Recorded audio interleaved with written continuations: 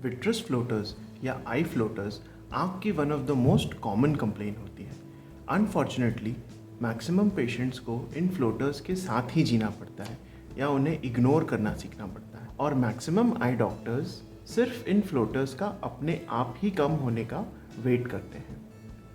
आज हम बात करेंगे फ्लोटर्स के परमानेंट और सबसे इफ़ेक्टिव ट्रीटमेंट की।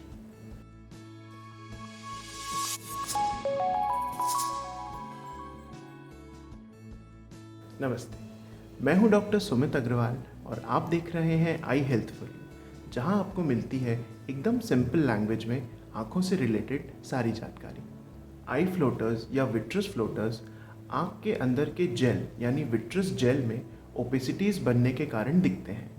ये फ्लोटर्स आपको आपके विजन में अलग अलग शेप और साइज़ के धब्बों के फॉर्म में दिखाई देते हैं, जो आपके विजन में आपके साथ साथ घूमते रहते हैं। विट्रस फ्लोटर्स को काफ़ी लोग इग्नोर कर पाते हैं, बट काफ़ी लोगों को इससे परेशानी भी होती है। एक कांस्टेंट बॉदरिंग आपको होती है इन फ्लोटर्स की वजह से। कभी कभी ये फ्लोटर्स बीच में आने से आपकी नज़र भी धुंधली हो सकती है। इस प्रॉब्लम को लेके आपने अपने आई डॉक्टर को भी दिखाया होगा, बट मैक्सिमम केसेस में पेशेंट्स को सिर्फ ड्रॉप्स दी जाती हैं और ये काउंसिल करा जाता है कि मैक्सिमम केसेस में फ्लोटर्स अपने आप धीरे धीरे कम हो जाते हैं, जो बात सही भी है।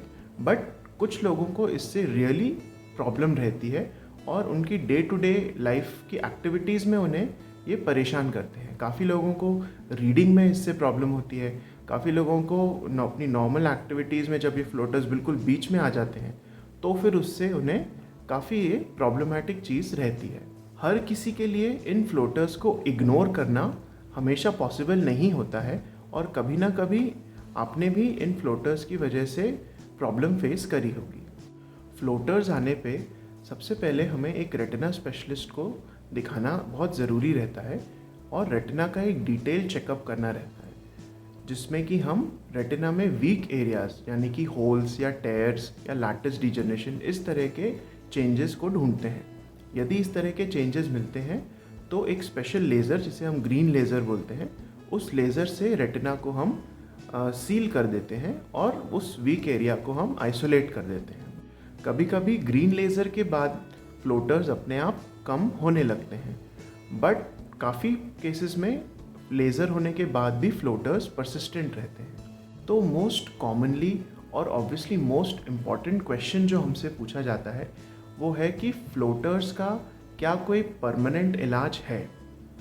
तो सिंगल वर्ड आंसर है यस। फ्लोटर्स का हमारे पास डेफिनेटली एक परमानेंट और काफ़ी इफ़ेक्टिव इलाज अवेलेबल है। इससे हम फ्लोटर्स को परमानेंटली रिमूव या एटलीस्ट रिड्यूस तो कर ही सकते हैं।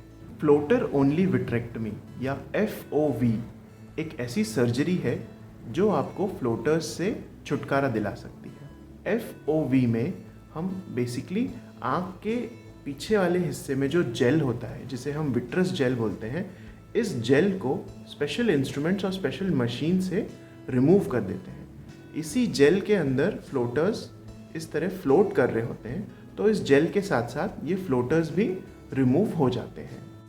FOV सर्जरी के लिए हमारे पास आजकल अत्याधुनिक मशीनें और अत्याधुनिक टेक्निक्स अवेलेबल हैं, जिससे इस सर्जरी की सेफ्टी मार्जिन काफ़ी इंक्रीज़ हो जाती है। FOV को हम MIVS टेक्निक यानी micro incision vitrectomy surgery technique के थ्रू करते हैं। इस टेक्निक में हम 1 मिलीमीटर से भी छोटे पोर्ट्स के थ्रू पूरी सर्जरी को कंप्लीट करते हैं। इस सर्जरी को आप लैप्रोस्कोपिक सर्जरी से कंपेयर कर सकते हैं, जिसमें कि बहुत ही छोटे इंसिजन के थ्रू पूरी सर्जरी कंप्लीट करी जा सकती है। इस तरह के 3 पोर्ट्स के थ्रू हम सर्जरी करते हैं। एक एक्सपीरियंस सर्जन FOV सर्जरी को 15 to 20 मिनट्स में आराम से कंप्लीट कर सकता है। काफ़ी रिसर्च और स्टडीज़ भी की गई हैं और इन स्टडीज़ में इसे काफ़ी इफ़ेक्टिव और सेफ़ पाया गया है। ऑलमोस्ट 90% से ज़्यादा पेशेंट्स को इसमें सिग्निफिकेंट रिडक्शन इन फ्लोटर्स मिला है और इसकी सेफ्टी मार्जिन को भी काफ़ी अच्छा पाया गया है। इस सर्जरी को हम लोकल एनेस्थीसिया में करते हैं, यानी आँख के आसपास हम सुन्न करने का इंजेक्शन लगाते हैं, जिससे कि सर्जरी के दौरान और बाद में आपको तकलीफ़ ना हो। क्योंकि हम FOV को MIVS टेक्निक से करते हैं तो इसमें रिकवरी भी काफ़ी फास्ट होती है। मैक्सिमम केसेस में हमें कोई स्टिचेस भी यूज़ नहीं करने पड़ते हैं। यदि स्टिचेस यूज़ करने भी पड़े तो वो सेल्फ डिज़ोल्विंग वाले, सेल्फ एब्जॉर्बिंग सूचर्स होते हैं जो 8 से 10 दिन में अपने आप घुल जाते हैं। अधिकतर केसेस में आप 3 to 5 डेज़ में अपनी नॉर्मल एक्टिविटीज़ पे वापस आ सकते हैं। हर सर्जरी के बेनिफिट्स या फ़ायदों के साथ साथ हमें उसके रिस्क्स के बारे में भी सोचना चाहिए। मोस्ट कॉमन रिस्क या एक तरह से साइड इफ़ेक्ट इस सर्जरी का होता है कैटरैक्ट या सफ़ेद मोतियाबिंद। नॉर्मली कैटरैक्ट एज बढ़ने के कारण लेंस के अंदर डिजेनरेटिव चेंजेस आने से बनता है, जिसमें कि हमारा नॉर्मल ट्रांसपेरेंट लेंस सफ़ेद होने लगता है, जिससे कि रोशनी कम हो जाती है। FOV सर्जरी में जो विट्रस जेल हम रिमूव करते हैं उसकी वजह से लेंस के अंदर के जो प्रोटीन्स होते हैं उनका डिसऑर्गेनाइजेशन स्टार्ट हो जाता है और उसकी वजह से कैटरैक्ट बनने के चांसेस रहते हैं। स्टडीज़ में और हमारे एक्सपीरियंस से यदि FOV के टाइम पे हम लेंस के इमीडिएटली पीछे वाला जो जेल है उससे अगर रिमूव ना करें तो कैटरैक्ट बनने के चांसेस रिड्यूस हो जाते हैं। यदि कैटरैक्ट ज़्यादा बढ़ता है और आपकी नज़र में वो कमी लाता है तो कैटरैक्ट सर्जरी के थ्रू हम आपकी नज़र को वापस रिस्टोर कर सकते हैं। कैटरैक्ट के अलावा कोई भी रेटिना सर्जरी में जो रिस्क्स होते हैं वो FOV में भी रहते हैं, जैसे कि इन्फेक्शन, रेटिनल डिटैचमेंट या विट्रस हैमरेज यानी आँख के अंदर ब्लीडिंग होना। ये रिस्क हर रेटिना के ऑपरेशन में भी रहते हैं, बट ये जो रिस्क हैं काफ़ी कम रहते हैं and mostly less than 1% cases में ही इस तरह का प्रॉब्लम हम फेस करते हैं।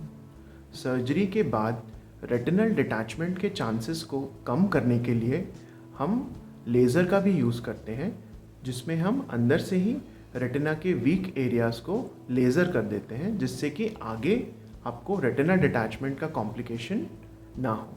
FOV सर्जरी के बारे में एक बात समझना ज़रूरी है कि इस सर्जरी को हम मोस्टली यंग आइज़ में करते हैं। यंग आइज़ में एक चीज़ जो अलग होती है वो ये कि विट्रस जेल रेटिना से काफ़ी स्ट्रांगली अटैच रहता है। इस अटैचमेंट को हम फोर्सफुली ड्यूरिंग सर्जरी नहीं ब्रेक कर सकते, क्योंकि इससे रेटिना में डैमेज के चांसेस ज़्यादा होते हैं। तो रेटिना की सेफ्टी के लिए हम इसमें कंप्लीट विट्रस जेल को रिमूव नहीं करते हैं। इसीलिए ऑपरेशन के बाद फ्लोटर्स में 100% रिडक्शन की उम्मीद नहीं रखनी चाहिए, बट मैक्सिमम पेशेंट्स में 90% या उससे ज़्यादा तक फ्लोटर्स में कमी आ जाती है। और FOV के दौरान क्योंकि हम सेंट्रल विट्रस जेल को कम्प्लीटली रिमूव कर देते हैं, तो यदि कोई नए फ्लोटर्स भी डेवलप होते हैं तो वो इस पार्ट में नहीं आ पाते हैं, वो पेरिफ्री में ही रहते हैं फ्लोटर्स। तो आपके विजन में आपको वो फ्लोटर्स बिल्कुल भी परेशान नहीं करेंगे। कभी कभी FOV के बाद भी फ्लोटर्स वापस आ सकते हैं, बट ये फ्लोटर्स जल्दी ही नीचे सेटल हो जाते हैं, क्योंकि हमने बीच का जो विट्रस जेल है उसे ऑलरेडी रिमूव करा हुआ है। तो ये फ्लोटर्स बहुत ज़्यादा टाइम तक परसिस्ट नहीं करेंगे और आपके विजन में ये प्रॉब्लम नहीं क्रिएट करेंगे। ऑपरेशन की बाद की सावधानियों को अगर हम समझें तो मोस्ट इम्पॉर्टेंट इसमें लगभग 5 डेज़ के लिए आँख में डायरेक्टली पानी के छींटे नहीं जाने चाहिए, जिससे कि इन्फेक्शन का रिस्क होता है। तो 5 डेज़ के लिए डायरेक्ट पानी का स्प्लैश नहीं होना चाहिए। तब तक अगर आप नहाना चाहें तो गर्दन से नीचे नहा सकते हैं और आँख और चेहरे को एक साफ़ गीले कपड़े से पोंछ के साफ रख सकते हैं।